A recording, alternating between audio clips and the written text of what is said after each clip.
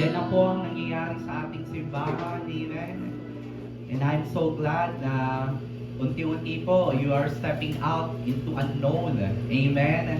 Ayun po yung nakakatakot kasi hindi mo alam, Lord, tatapak ba ako dito? Pag tumapak ba ako dito, lulubog? Pero whenever time we look unto Jesus, lalakad ka sa tubig. Amen? Ano po ang tubig? Impossibility, yung mga impossible. Lalakaran po natin yon. At yun ang ating dinideclare in this 2024. Na kapag tayo po ay naranasan natin at buong buo sa ating puso yung kakompletuhan na nanggagaling sa Panginoon, tayo po ay lalakad sa tubig. Yung mga bagay na imposible, yung mga bagay na hindi mo akalain tatapakan mo, tinatapakan at tinitindigan mo dahil alam mo na ang Diyos na bumuo sa iyo ay at nagdeposito ng kamangha-mangha niyang ginawa sa ating born again spirit. Yun po yung uudyok sa atin para lumakad. Amen? Hallelujah! Manalangin muna po tayo, Panginoon. Kami po ay namamangha. Kami po ay naghagalak. At kami po ay nagpapasalamat sapagkat ang iyong pong ginawa sa pamilya at sa tahanan ng New Life, Panginoon. At kasama po ang lahat at kabilang dito ang pamilyang Roberto ay patuloy po na naririto at sama-sama. Nagpuri kami kanina, ngayon naman po makikinig kami ng iyong salita. Sangkapan niyo po ito higit lalo ba na espiritu ng kapangyarihan na nangungusap sa puso at isipan ng bawat isa. Alisin niyo po kung meron man po mga negatibong bagay na aming iisip sila sa oras pong ito at nagkaroon ng focus sa mga salita mo. At naniniwala at sinasambit po namin sa oras pong ito, hindi babalik ang iyong salita ng walang kabuluhan. At ito po ay magkakaroon ng inhabitants, mamamahay at maninirahan ito sa aming mga puso at maririnig at mararanasan po namin ang iyong masaganang pagkilos sa bawat isa. Maraming pong salamat sa oras pong ito. Ang lahat ng aming papuri, pagsambat, pagluwalhati ay tanging sa iyo lamang sa pangalan ni Jesus. Amen. Pwede po ba batiin natin na bawat isa? 2 thumbs up. We are Charito. Sige nga po, sabitin po natin yan. We are Charito. Do you always believe that? Amen. Kamusta po kayo? All is well. Amen. Hindi po natin sasabihin, eto, pagod na pagod, eto pangit, eto luke. No. Ano ang sasabihin natin kapag sinabi po na, kamusta kayo? All is well. Kamusta po kayo, New Life? All is well. Amen. Parang iba hindi kumpensido kasi may babayaran sila bukas eh. Pero kahit ano pa man, yung gagawin natin bukas, all is well. Amen? Napakaganda po ng ating pasensya na po talagang parang hanggang ngayon paus pa din ako. Pero iano po natin yan na dumaloy. Amen? Ano po ang ating watchword for 2024?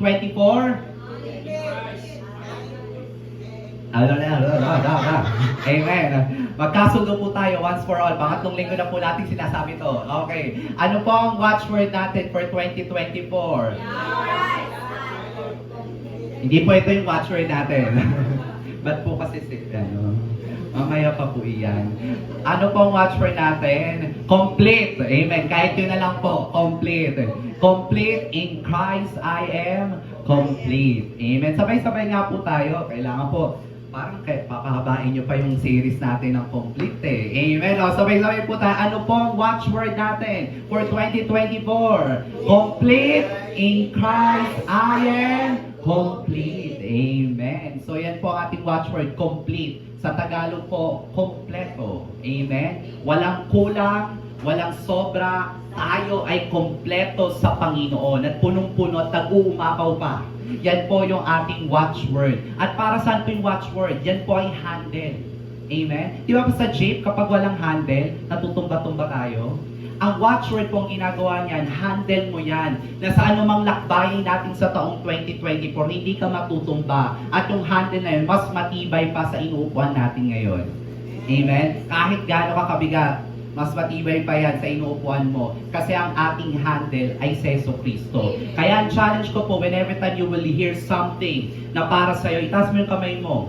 Pinag-usapan na natin matagal na. Kapag may mga pangako dito, taas mo kamay mo. Bakit? Ang sinasabi mo na akin yan, Lord, pinipirmahan natin. Gusto niyo ba pag-aralan natin ngayon yun? Hindi natin mabalikan yun. Whenever time you raise hand, sinasabi lang yung pangakong yun ay akin at tinatanggap ko, Panginoon. Amen? Makakaasa po ba ako doon? Amen. So magsimula po tayo. Ito po yung ating trilogy ng ating year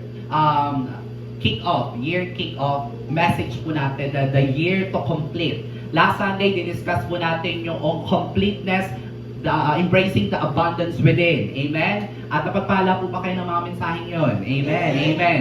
So ngayon po, ito po yung kukumpleto ng mga mensahe po natin. Dahil ngayon po, pag-uusapan po natin that if we want to live in completeness this 2024, we need to live and abide by the love of God. Amen? Parang tahimik po kayo. Pag pinag-uusapan po natin ang pag-ibig ng Panginoon, this is the most exciting message. Amen? Love completes. Yan po ang ating pag-uwan. Love that completes. Ang pag-ibig na kumukumpleto. Amen? Basahin po natin yung message. Yung, alam niyo po, nagtagalog po tayo para maintindihan natin. So, basahin po natin. Sabay-sabay po natin. Sabi po dyan sa Efeso 3:16-19, ipinapanalangin ko na sa kadakilaan ng kapangyarihan niya ay palakasin niya ang spiritual niyong pamumuhay sa pamamagitan ng, alam niyo po ba na wala po tayong ibang way para mapagtagumpayan ng 2024? I know we are victor, but kung gusto po natin lumakad ng may katagumpayan, kailangan mamuhay po tayo sa banal na Espiritu. We always ask and lean in the Holy Spirit. Pagising niyo sa umaga, tanungin natin, Holy Spirit, ano ang mana mo sa akin ngayon? Ibig sabihin, ano ang direction mo sa akin? Ano ang gusto mong maranasan ko for today? Amen? So, next verse, ang sabi po dyan, para manahan si Kristo sa mga puso nyo, dahil sa inyong pananampalataya, ipinapanalangin ko. Nakita nyo po yung yellow na nakabold dyan? Ipinapanalangin ko. Napaka-interesting part po na si Apostle Paul ay nananalangin sa mga Church of Ephesus. At kapag nananalangin po si Apostle Paul, importante at mahalaga yung sasabihin niya sa panalangin. Are you with me? Amen. Sabi po dyan, ipinapanalangin ko rin na maging matibay. Sabihin nyo nga po, matibay. Kayo at matatag. Sabihin po natin, matatag. Sa pag-ibig ng Diyos. Take note if this is the prayer of Apostle Paul sa mga Church of Ephesus, na maging matatag at matibay sila sa pag-ibig ng Panginoon. Do you know na ito po yung isa sa importanteng bagay na dapat nating malaman bilang isang Kristiyano? Hello? Hello? Kasi kung may revelation ka ng love, hindi ka na ma-open. Tahimik? Tama? Kasi kung sinasabi natin, ang babaw naman ang revelation of love. Parang basic message ang revelation of love. Parang wala bang iba, pastor? Oh, babalik ko po sa inyo yung tanong. If you really understand the revelation of love, ba't ka na-offend? Amen? Because love perfects. Love completes. Amen? Pagpatuloy po natin. Ang sabi po niya dyan, para maunawaan ninyo at ng iba pang mga pinabanal. Sino po dito mga banal na sa Panginoon? Oo, may ginawa kayo kanina. Sino po mga banal dito? Panindigan nyo po. Nasabi lang may nagawa kanina, hindi na banal. Banal ka pa din, hindi po natin hawak yung kabanalan natin. It is bestowed in us the holiness and the righteousness of Jesus Christ. Amen? At sabi po dyan, kung gaano kalawak at kahaba at kataas at kalalim ang yung pag-ibig ni Kristo sa atin. Mararanasan nyo sana ito kahit hindi ito lubusang maunawaan para maging ganap ang inyong katangian sa Diyos. Nakikita niyo po yung beauty ng message and prayer ni Apostle Paul na kaya niya nananalangin sa mga Church of Ephesus na maging matatag sila at matibay sa pag-ibig kahit hindi nila maunawaan kasi gusto niya na maranasan natin yung kaganapan at kakompletuhan ng ginawa ni Jesucristo sa kanilang mga buhay. Tingnan po natin sa English, mag-English lang po tayo ngayon. Ang sabi po dyan, my response is to get down on my knees before the Father, this magnificent Father who parcel out all heaven and earth. I will ask Him to strengthen you by the Spirit, not a brute strength, but a glorious inner strength. that Christ may live in you as you open the door and inviting Him. Alam niyo po ba, ang ating Panginoon na hindi lamang po nag-staycation sa atin. Alam niyo po yung staycation? Yung inuupahang mga magagandang lugar para dun sila tumira panandalian for 24 hours, for 48 hours kung may mga travel sila. Alam niyo po ba na hindi lamang siya nanirahan for 24 hours, narinirahan po ang ating Panginoon sa atin and forever siyang maninirahan sa atin. Amen? At pag sinabing pamamahay, may ownership po ba yun? Yes, ganun din po siya sa atin. May sense of ownership sa atin. As we invite Him in our lives, as we invite Him in our lives, ang sinasabi lang natin, Lord, take ownership in my life. Amen? Kaya sabi po din, we live in your, next verse po, ang sabi po dyan, and I ask Him that both feet, o hindi lamang po isa, ang sabi niya po, both feet, planted firmly on love. Ibig sabihin, may tanim ang ating parehong paa sa pag-ibig. Dahil kung isa lamang po, an imbalance, right? Pero if our both feet is planted firmly in love, we will be steadfast whatever challenges will take. Amen? We will be steadfast. Ang sabi po dyan, you'll be able to take in with all the followers of Jesus the extravagant dimension of God's love. Ang ganda po nun. Kaya pasensya na po minsan pag nag-English po tayo kasi hindi po natin-take ng Tagalog yung ganda ng salita ng Panginoon. Sabi nga po dyan, no, extravagant dimensions of Christ's love. Gusto po ba natin maranasan yun? Extravagant. Alam niyo po yung, sino po dito nakakain na ng puto bongbong at bibingka? Nakakain na po ba kayo ng puto bongbong at bibingka doon sa may simbahan? Yung leche plan na may cheese, na may konting puto bongbong. Yun po yung extravagant. At ganun din po kay extravagant at higit pa doon ang pagmamahal ng Diyos. Sino po ang nagnanais nun? Amen. Next verse, sabi po dito, balik po lang tayo. Sabi po dito, reach out and experience the breath. Sino ang gustong lumalim sa pagmamahal ng Panginoon? Sabi doon, test its length. Subukan mo kung gaano kalawak. At ang sabi niya, plumb the depth. Oh, grabe yun. Kung ang mga scientists po natin ay gustong explore kung gaano kalalim ang dagat, alam niyo po ba, higit doon ang mas malalim ang pag-ibig ng Diyos. At kapag lumalalim tayo sa pag-ibig ng Diyos, alam niyo po ba, as you go down sa dagat po, nawawalan po ng current. May pressure, right? May pressure. Ganun din po sa atin. As we go deeper in God, may pressure. Alam niyo ba yung pressure? Yung pressure ng pagmamahal niya. At nawawala ka na doon sa personal reliance mo sa sarili mo. At sinasabi mo, ikaw na bahala, Lord. Amen? At ang sabi po dyan, live full lives, full in the fullness of God. Ganyan po kalalim. Kaya nga po, ito po, isineset up ko po kayo kasi later on medyo ano po yan, dalangin ko po after this message, mahal niyo pa rin po ako. Nangangako po ba kayo? Amen. Kasi hindi po ito yung woo message. Hindi po ito yung message na woo! Maaaring nawoo kayo dito. Pero later on, may mga swords. Ika-cut down natin, i-prepare natin yung ating buhay. Kasi po may 4 na bagay po tayong nakita this year. Pwede po ba pakibalikan natin, Pastor, yung ating life application? As nung binaba po sa atin ng Panginoon that this year is the year to complete, may 4 na bagay po tayong tinignan, right? Ang life application number 1 natin is being complete in Christ means living your holy life. Basahin nga po natin para mag-manifest po sa atin. 1, 2, 3, go! Being complete in Christ means living your holy life. Sinabi bang living the holy life? Anong sinabi po dyan? Your. Ibig sabihin yung kabanalan nasa iyo na. Ngayon ang ginagawa natin, inuhugot natin mula sa born again spirit natin yung kabanalan upang ma-exercise natin sa panlabas.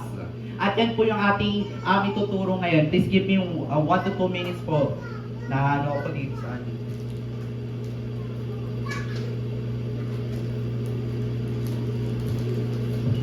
Amen. Sabi po dyan, next verses, ang sabi po natin dyan, both feet, 2 Corinthians 5:17, sapagkat ang pag-ibig ni Kristo ang siyang nag-udyok sa amin na sundin ang kanyang kalooban. Ano daw po yung nagpo-push sa atin para magawa yung holy life at ang kalooban ng Diyos? Ang pag-ibig ng Tagalog po dyan. Ulitin po natin, parang hindi po natin na-absorb. Let us absorb. Pastor? Ano po yan? Second. Yan. Sabi dito, sapagkat ang pag-ibig ni Kristo ang siyang nag-udyok sa aming sundin ang kanyang kalooban. Ang kalooban po ba ng Diyos ay banal na pamumuhay? Yes! Amen?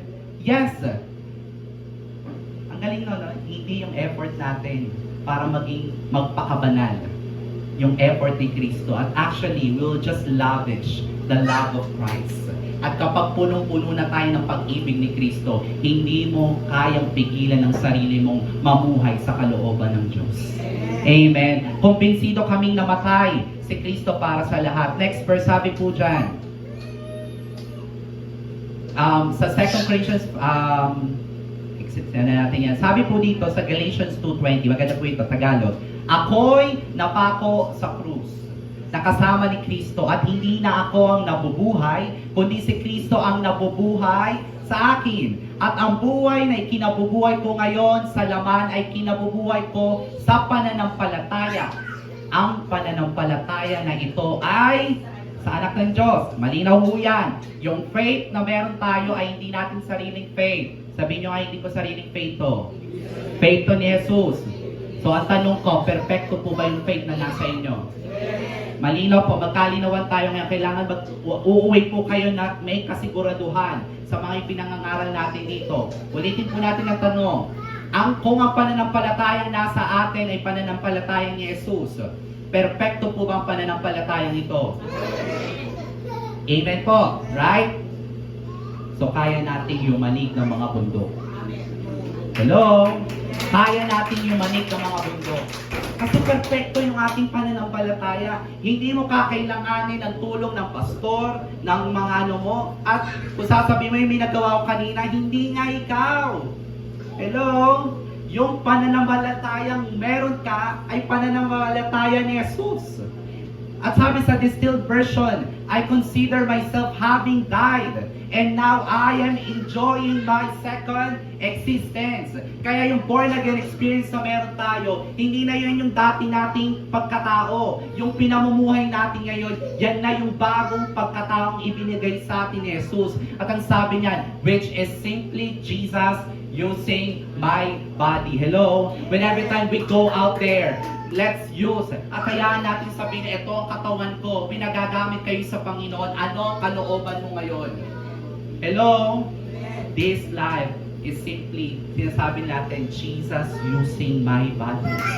Amen? Ang sabi po niya dyan, kung makakapagsalita man ako ng wika, 1 Corinthians 13:1 to following, na mga tao at mga anghel,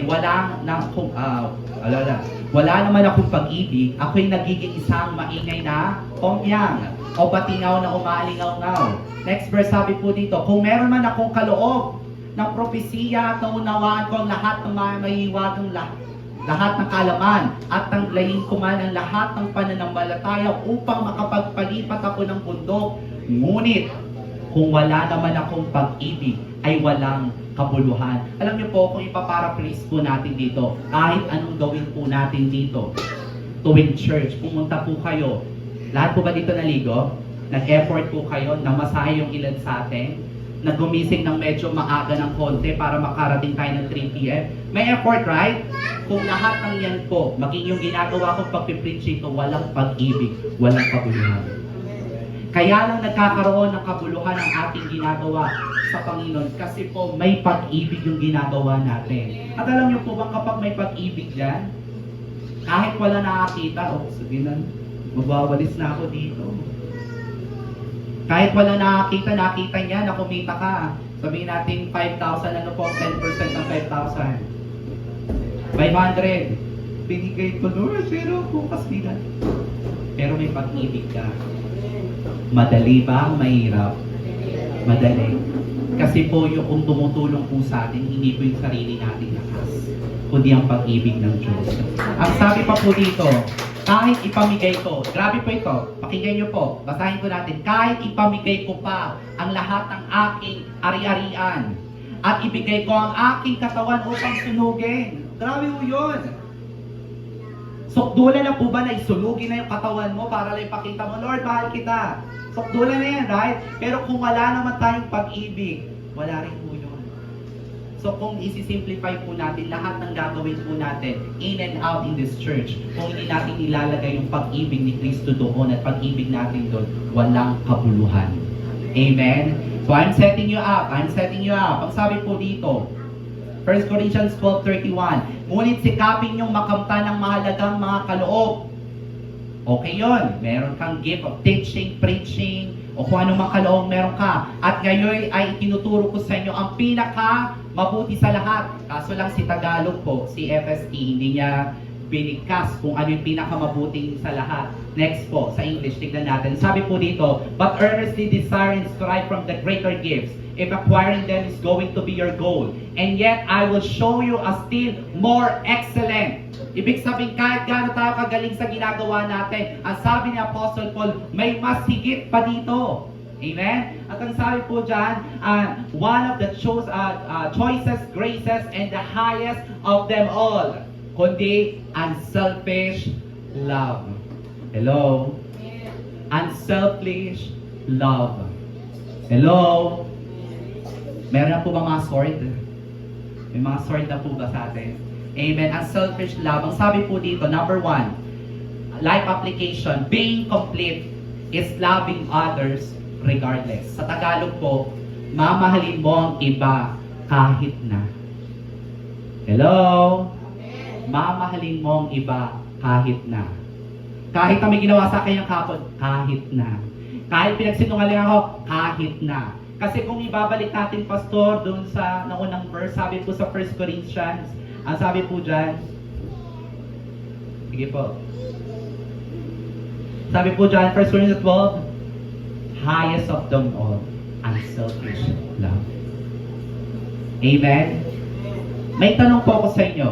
Ito pong tanong, do we always love our family? Weh. Do you always love your family? No! Ako sasagot ko no. May ginawa sa'yo, love mo. Totoo na lang po tayo, magpaka-totoo po tayo. Do you always love your spouses? Yung mga partners nyo po, yung mga mahal nyo sa buwan? No! Paggalit ka sa kanila po siya? No. Mahal mo. Perfect love, unselfish love. Very good. Amen. Pero no, ako, sabi ko no. I don't always love my family, lalo na kapag may intense argument. Pero yun yung tinuturo sa akin ng Panginoon. When intense happen, you need to have unselfish love. Regardless. Kahit na. Lord, kahit na. Kahit na. Lord, kahit na. You need to love them.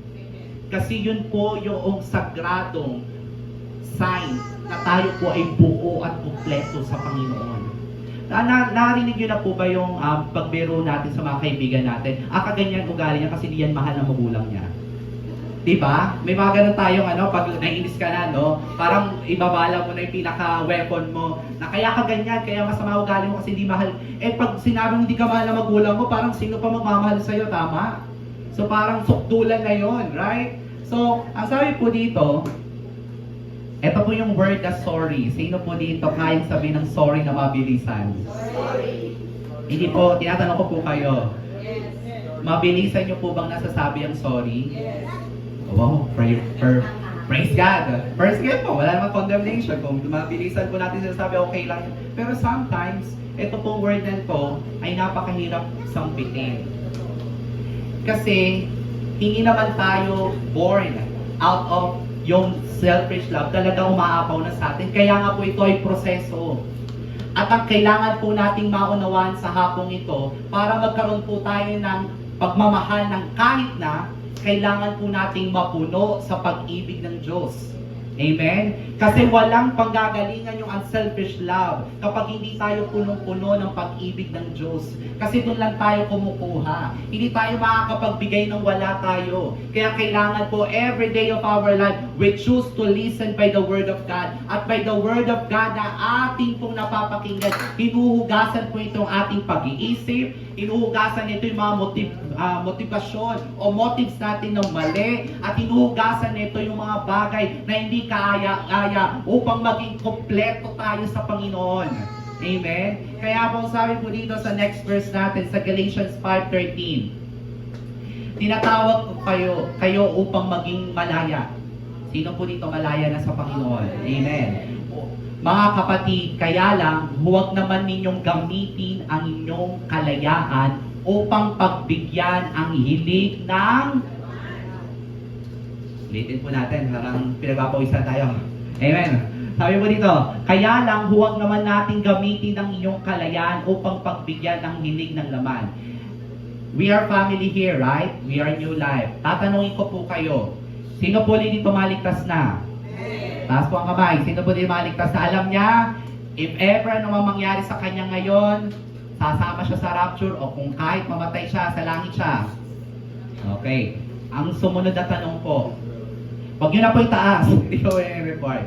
Sino po dito may mga struggle pa sa mga laman? Paninigarilyo, paglalasing, lahat, alam niyo na po yan, save. Huwag niyo na po itaas sa kamay niyo. Amen. At tanong ko po sa inyo, malaya po ba kayong gawin yon kahit kayo po ay mga binago na ni Jesus? Malaya po ba kayong gawin yung hilig na laman? Yes! Yes! Let's be real. Pwede niyong gawin, tama? Pero angkop ba yun sa bago niyong pagkatao? Hello? Pwede natin gawin. Pwede? Pwede. Pero ang usapan dito, angkop na ba yun sa bago nating pagkatao? Yung pagkatao natin kay Kristo. Ang sabi po dito, kalayaan ng pagpagbigyan ng hilig na sa halip maglingkod kayo sa isa't isa sa diwa ng pag-ibig. Sa English po, for you, my brothers, were called to freedom. Only do not let your freedom become an opportunity for the sinful nature, worldliness, and selfishness. Hindi lamang po yung malaman, pagiging makasarili natin, magtatrabaho ng linggo, araw yun ni Lord, selfishness. Alam niyo po bang ginagawa lang natin yan, sinasabi lang natin sa Panginoon, hindi mo kayang i-provide ang linggo ko, kaya magtatrabaho ako. Hello? Pero pag sinabi natin sa Panginoon, Lord, ikaw ang mayroong lalang ng langit at lupa, inisip mo na yung pangangailangan ko ng Monday, Tuesday, Wednesday hanggang linggo, magtitiwala ako sa iyo. Amen? Kaya po ba natin yun? I-challenge po natin yung ating sarili na tayo po ay rumirekta dun sa source ng pangangailangan natin. But through love, serve, and seek the best for one another. Amen? Ngayon po, meron po ang kwento. Yung isa pong pastor ay mahilig po sa K-drama. Sino po dito mahilig sa mga series? Ako pa hindi ako fan ng series kasi nakakaubos po yun ng data. At saka wala po home time. Mag-asawa po sila, pastor po sila parehas. And then, syempre pag gabi, ano ba ginagawa sa gabi? Matutulog, right? Pero yung pastora pong ito ay love niya ang K-drama, so nanonood siya ng series and series. Pero alam niyo po, because he really knows the revelation of seeking one another, the best for one another, he can let go that K-drama para makatulog sila ng parehas ng maayos. Yun po yung ibig sabihin ng pangalawang point natin, that being complete is loving and seeking the best for others. May sasabihin po ako sa inyo, kung ang ating pong pananaw bilang isang Kristiyano, ang thinking po natin, ano ang maibibigay at maiaambag po sa simbahan, every one of us ay giginhaw at gagaan ng ating lakarin bilang isang simbahan. Hello? Amen? Hindi po tayo naghihintay, ano bang pwedeng ibigay sa atin ng simbahan? Papunta sa akin. Kasi po tayo po, lalo na po ngayon, aminin natin, nagkakaroon tayo ng consumer mentality. Ano makikita ko dyan? Tama, mali? Pag may nagtanong sa atin, may mga business opportunity sila, ano bang makikita ko dyan? Pero tayo sa simbahan, ano po ba, Panginoon, ang maibibigay ko sa simbahang ito? Hello? Kung ganun po ang ating mindset, we are preparing and we're seeking the best for others. Hello? Amen? Sa kahit sa ating pamilya, kapag ganun po yung ating motivasyon, hindi tayo nakatingin kung ano yung pwede nilang iambag. Minsan po, tayo po, aminin natin sa iba, lalapit tayo sa isang tao pag meron tayong makukuha, kapalit. Amen? Right? Pero no, if you really want to be complete this 2024, loving and seeking the best for others. Amen? Sa Tagalog, mamahalin at paghanap ng pinakamainam sa iba. Ano kaya yung pinakamainam kay sister? Ano kayang ugali ang pinakamainam sa asawa ko? Sa mga anak, ano kayang pag-ugali ang pinakamainam na ibigay ko sa aking mga magulang? Kung ganun po ba ang ating samahan sa pamilya, sa simbahan, sa komunidad, napakaganda po ba ng ating lugar? Yes. At nawawala yung ay. Hindi, dapat ako. Amen? Alam niyo po, ito po testimony ko po ito. Kung nakatin po kayo nung ating last anniversary. Yung ating last anniversary po, ang intended po talaga dun ay lumabas tayo. Kasi po, I really want na makita niyo po yung bagong perspective sa gawain ng Panginoon. Pero alam niyo po, mayroon po nagsabi sa akin, actually si Love yun, sabihin ko na si Love. Sabi niya, hindi naman sila bago sa masasarap na pagkain o sa magagandang lugar. Dito na lang tayo, ilaan na lang natin sa mga mas maiinam na bagay. Alam niyo ba, personally, testimony ko po ito, ayoko mo. Kasi bakit? Parang ama lang po yun. Pag mga ama po ba or mga magulang, gusto niyo po ba yung best birthday para sa anak niyo? Yes, di ba? Sabi sa akin ni Lord, tama ka naman. May point ka. Pero yan ba yung pinaka-best para sa simbahan? Alam niyo po, kung hindi po ako sumunod ngayon doon sa kapatid ko at doon sa ilang suggestion, wala po tayong mga bagong equipments. Amen. Hindi po natin magagawa yung mga iba pang bagay na magagawa natin. Ano po ang ibig sabihin nun? Preference. Tignan po natin ito, yung triangle. Ito po makikita nyo, kung gusto po natin na magkaroon ng higher living, di ba? Pinag-usapan natin last Sunday ng taong 2020, higher testimony. Gusto natin, tumaas pa yung antas ng spiritual natin. May triangle po dyan. At ang dulo po niyan ay ang Diyos. Pero itong baba na ito, yan po ay preference. Or kagustuhan mo, preferred mo. Ano ba ang gusto mo? At ito pong bagay na ito, pwede mo na itong ibaba para makita yung pinakamainam na gusto sa atin ng Panginoon. Ano yung mga bagay na pinabababa sa ng Panginoon ngayong 2024 na hindi mo naman kailangan sa taong 2024? Hello? Amen? I'm talking to you, church, new life. Ano yung mga bagay na preferred nyo lang? Kailangan kasi ang church dapat yung mga pailaw tayo. Preferred mo lang yon. Pero hindi yun yung God's best. Hello? Kailangan may DSLR tayo. Kahit anong mangyari, kailangan ka. Hindi. Preferred mo lang yon. Pero ano yung God's best? Kaya nga po, ang una po nating tinalakay, sabi po doon, mamuhay tayo sa ilalim ng banal na Espiritu. Kasi kapag namumuhay po tayo sa ilalim ng banal na Espiritu, iniaangat po ng Panginoon yung ating pananaw, ano yung best para sa iba. Amen? Ano ang best sa church? Lord, show me ano yung best para sa church. Lord, show me na may challenges po ako dito sa area ng buhay ko na ito. Show me paano yung best na ito sa buhay ko, sa buhay ng ibang tao. Alam niyo po, kapag ganito po yung ating pananaw bilang isang Kristiyano, mababago yung ating mindset, mababago yung buhay natin, na nakikita po natin unti-unting natutupad yung mga pangako ng Diyos. Bakit? It's not about me. It's all about Him and what's best for me. Amen? Hallelujah. Ang sabi po nito, eto, napakaganda na po nito. Pag-aralan po natin ito, sorry po medyo hihilitan po ko ng konti. Pero are we enjoying the Word of God? Amen? Romans 14:13-15, sabi dito, kaya nga huwag na tayong humatol. Ouch! Isa po ako dyan, Lord. Nabago mo ako dyan. Huwag na tayong humatol. Ay, walang amen. Huwag na tayong humatol. Amen? Sa isa't isa, sa halip, pagpasyahan natin ito na huwag tayong maglagay ng hadlang sa daan ng ating kapatid o maging sanhi ng pagkakasala ni numan. Bibigyan ko po kayo ng magandang konteksto dito sa Romans chapter 14 kasi kailangan po natin mag-live and abide within the context. Ang konteksto po na pinag-uusapan po nila dito ay pagkain ng mga pagkain na hindi naman talaga pagkain ng mga Hudyo. Ibig sabihin yung mga baboy, yung mga lamang loob, yun po ang konteksto dito, pagkain. Hindi po ang konteksto dito yung mga absolute truth na alam nating kasalanan. Ito po ay gray areas ng ating buhay, ng buhay nila. Ang sabi nila, huwag na nating pagtalu-talunan kung pwedeng kumain o hindi. At ang sabi po dyan sa susunod sa verse, sa pamamagitan ng Panginoong Yesus, alam ko na lubos akong naniniwala na walang bagay na likas na marumi. Ngunit kung itinuturing nino man na marumi ang isang bagay para sa kanya, ito ay nagiging marumi. Ito po yan, dalawang pananaw.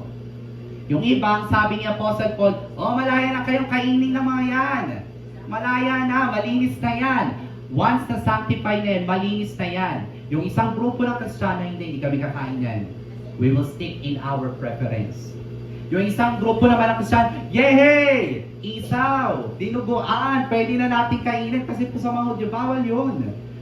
Madumi ho yun. Pero ang sabi ni Pablo, huwag niyong ilagay yung conviction ng isa para sa inyo. Ganito po yan, papaliwanag ko. Kung yung ayaw kumain ng dinuguan ay sumama sa pwedeng kumain ng dinuguan, lalakad lamang sa pag-ibig yung pwedeng kumain ng dinuguan kapag inilet go niya yung pagkain ng dinuguan upang hindi maapektuhan yung conviction ng kapatid niya.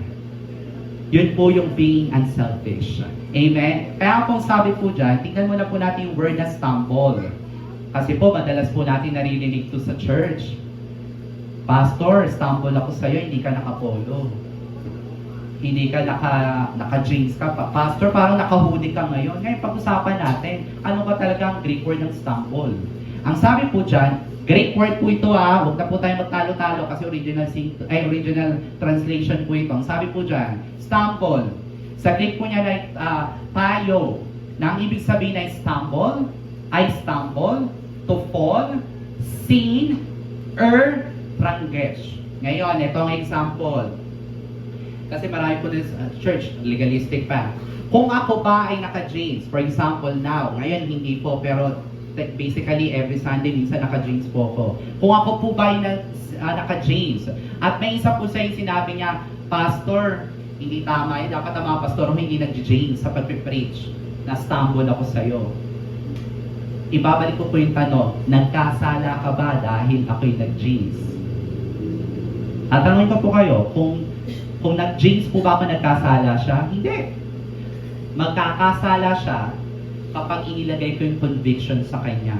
Siya, ang conviction niya, kapag ang pastor, ang preacher, hindi mag-jeans, magsislacks, pero sinabi kasi si pastor doon nagkakasala siya.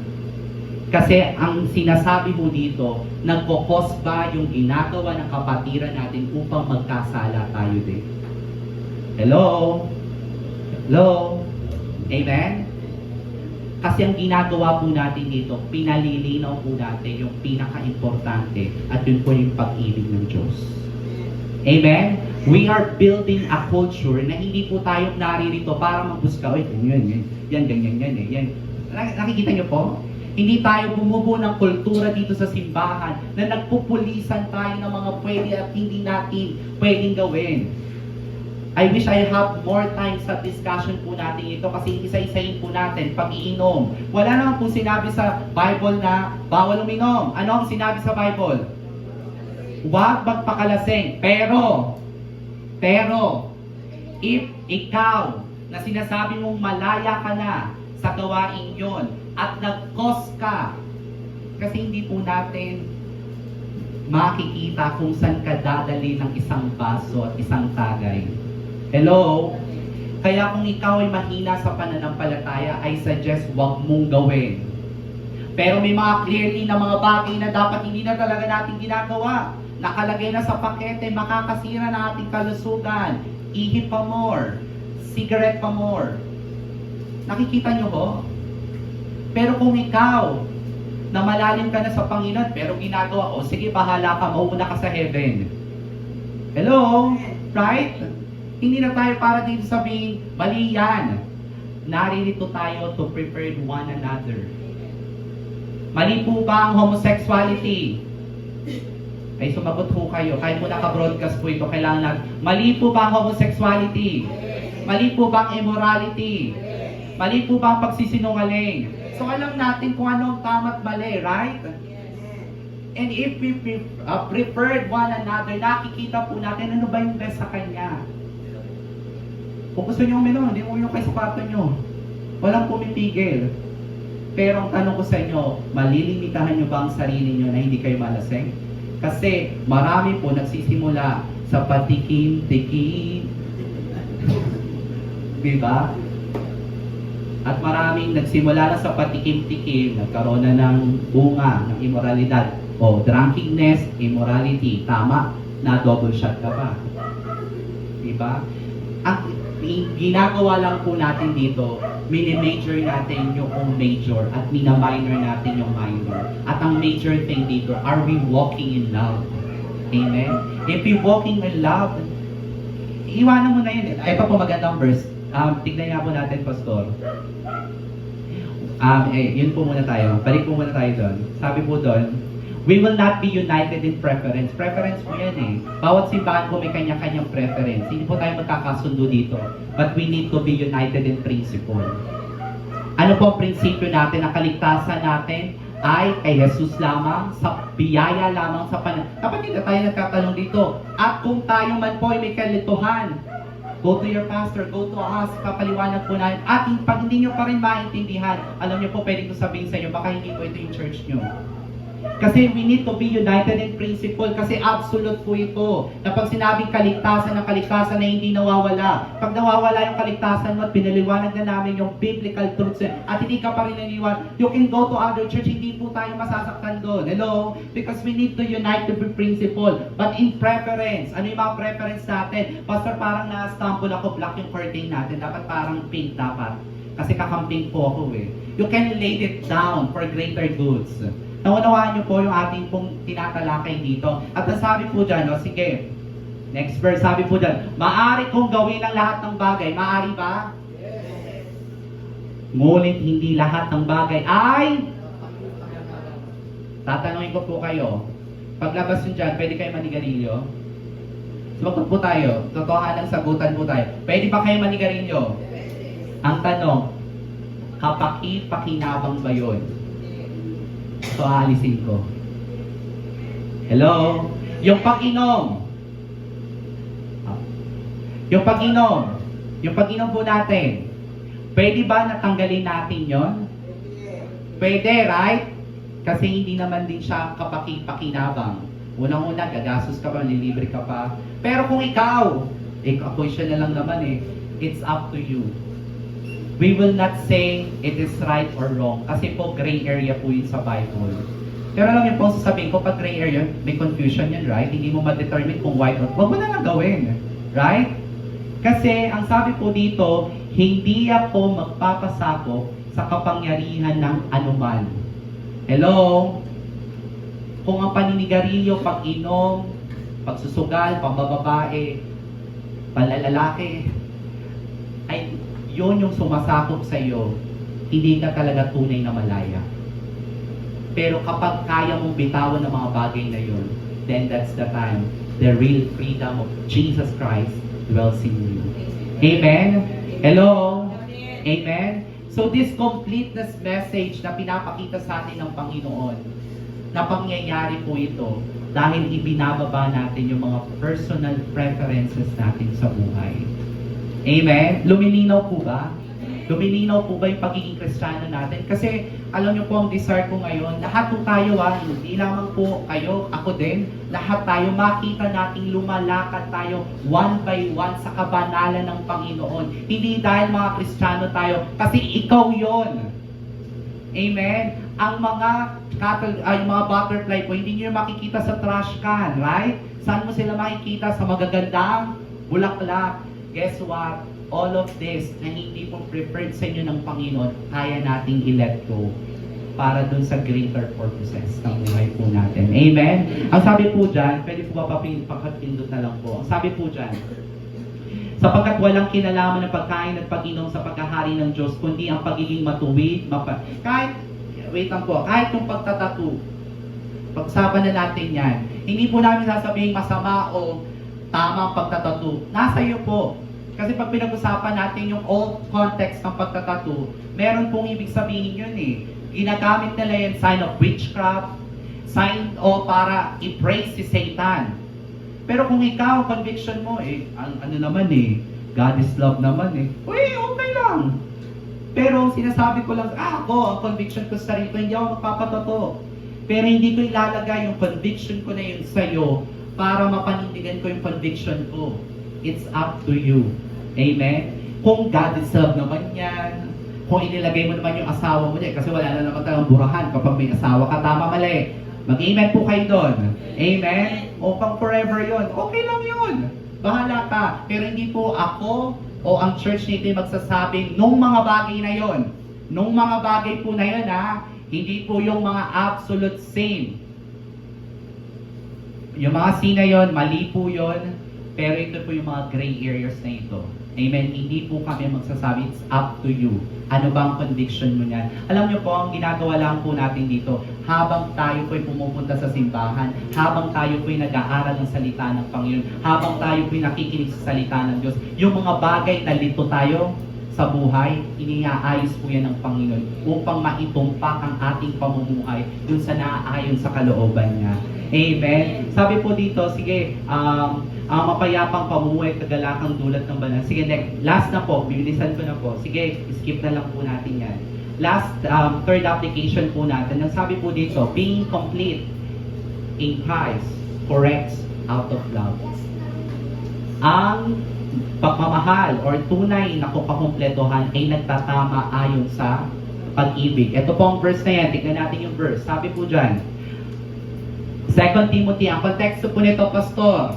Pero sa church po natin, tinuturo natin, there will always one interpretation with many applications. So, okay, basahin po natin. Mahinahon niyang pinangangaralan ang mga sumasalungat. Ano daw po ang ginagawa sa mga detractors, sa mga bashers, sa mga hindi sumasang-ayon sa mga pamamalakad natin? Anong sabi? Mahinahon niyang kinakausap. So, ito po ang challenge sa atin. Hindi lamang po ito sa church. Kapag may mga detractors tayo, ibig sabihin mga basher, hindi kasalungat ng ating prinsipyo, mahinahon nating sabihin kung ano yung stand natin. Amen? Ang sabi po dyan, sa pag-asang pagkakalooban siya ng Diyos ng pagkakataong magsisi tungo sa pagpapakilala sa... Sino po ang gagawa ng pagbabago sa isipan? Tayo ba? Tayo ba? Yung galit ba natin? Yung boses ba natin na parang gigil na gigil? Hindi. Sino po? Sino po magbabago? Sino po magbabago? Guess what? Sa tahanan po natin, simulan po natin. Ako, guilty po ako dito pagdating kay love. Kapag pinapangaralan ko po sila, kulang na lang talagang ilabas mo yung pagkakristyano mo. Parang ganun na lang Pipilipitin mo na yung dila para tumigil na. Pero hindi. Sabi sa akin ng Panginoon, mahinahon mo siyang pangaralan kasi hindi ikaw ang magbabago sa Kanya, ako. At kapag pinakita natin, Lord, hindi ko na kaya, sa'yo na nga yan, anak mo naman yan, ibabaguhin mo siya. Alam niyo, makikita po natin. Kung tayo nga, kung sinasabi natin tayo na lumalakad sa kalooban ng Panginoon, hinintay ka ba ng Diyos para maging maayos? Yes! Bakit hindi natin gawin yon sa ibang tao? Lalo sa mga kapatiran natin. Ano pong ginagawa natin? We preferred one another. And we are walking in love. Amen? Lastly, pakinggan natin. Sabi po dito, yan, perfect natin yan. Open rebuke is better than secret love, than a love carefully concealed, faithful are. Alam niyo po ito kung sinasabing rebuke na yan, sinasabi mo yung katotohanan. Kung hindi siya maniwala doon ka sa katotohanan sinasabi mo, hayaan mo. Ang Diyos ang maglalagay sa kanya yon. Amen? Sa konsepto naman sa church, for example, si pastor, nakita ko may ginagawang masama, kausapin mo si pastor. Pagkatapos mong kausapin si pastor at hindi nakinig si pastor, magsama ka ng leaders. O leaders, ito yung ginagawa ni pastor. Ayaw magsisi. Ayaw pa rin magsisi ni pastor. Ilagay mo sa buong kongregasyon. Ito po ang kasalanan ni pastor. Kinausap ko na po, kinausap ng leader, pero ayaw pa rin Yun po yung proper way. Pero syempre sa tahanan, hindi mo na gagawin. Di ba? You just let it go. Let God. Let it go. Let God. Amen. Lastly, ang sabi po dito, run away from childish indulgence. Run after mature righteousness, faith, love. Alam niyo po yung childish indulgence, yung pakikipagtalo. Hindi kayo same ng pananaw, hayaan mo na. Last election, pink ako, red siya, blue ako, white siya. Eh kung yun yung paniniwalaan niya mo siya. Nung nagpa-vaccine tayo, may gustong magpa-vaccine, may ayaw magpa-vaccine, yung mga nagpa-vaccine daw ay may tatakta ng 666. May gulay! Ang daming pupuntang heaven na merong mark of the beast. Right? Tama? Diba? Parang sa lahat ng gagawin natin sa physical na mundong ito, aralin natin. Amen? Aralin natin. Ang sabi po dito, refuse to get involved in inane discussion. Yan po yung mga, kaya po yung arguments, so bahala ka dyan, makipagtalo ka sa sarili mo kasi ako ayoko magsayang ng oras, panahon at emosyon. Amen? Lack of pag ano, they always end up in fights. And lastly, ano sabi po dyan, God's servant must not be argumentative. Are you the servant of God? Are you a servant of God? O huwag daw tayo makikipagtalo. But a gentle listener and a teacher who keeps cool. Lamig lang, chill ka lang, brother, sister, chill lang. Amen. Sabi mo nga sa atin, chill ka lang. Amen. Working firmly but patiently with those who refuse to obey.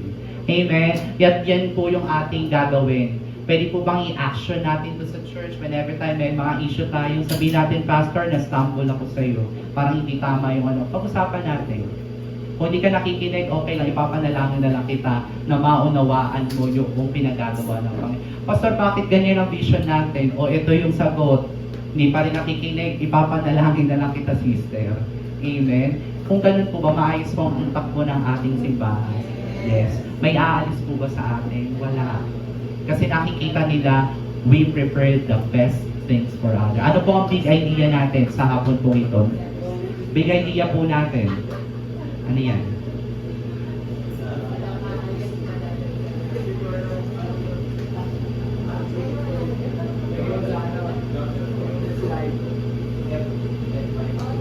Sige, kaya na maghintay. Kaya nyo maghintay. 3 minutes na lang.